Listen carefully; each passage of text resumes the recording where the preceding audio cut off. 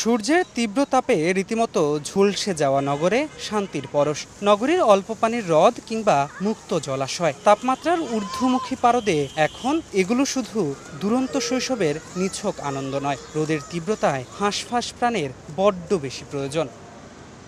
বৃহস্পতিবার মধ্যরাতে এক পশলা বৃষ্টি তাপের হিসেব জটিল করেছে আরও। শুক্রবার সকালে তাপমাত্রা ছিল অন্য দিনের তুলনায় প্রায় 2 ডিগ্রি কম। আশা ছিল সারাদিন হতে পারে বৃষ্টি। আজকে কিছুটা এরকম কম মনে হইতেছে, এর আগে খুব গরম ছিল। তবে নগরবাসীর আশার গুড় মিঠিয়ে হলো না। বেলা বাড়ার সঙ্গেই ফিরে আসে সূর্যের আগের রূপ। অঙ্কের হিসেবে তাপমাত্রা কম থাকলেও অনুভূত হয় একই রকম। বৃষ্টি আসাতে উপকার হয়েছে, কিন্তু আবার বেশি একটা হয় নাই। এখন মনে করেন তাপমাত্রা দিনে দিনে আবার আরো বাড়তেছে। শুধু তাই নয়, সংস্থাটি জানায় দেশের পশ্চিমাঞ্চলে দাবদাহ থাকতে পারে আরও 3 দিন। 6 তারিখ থেকে তাপমাত্রা আসতে পারে সহনীয় অবস্থায়।